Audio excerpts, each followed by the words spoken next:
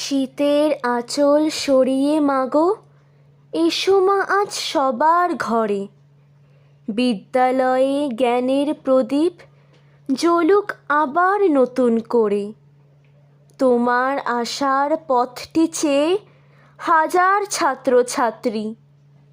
ভরিয়ে দাও মা শিক্ষাঙ্গন, তুমি যে বিদ্যাদাত্রী।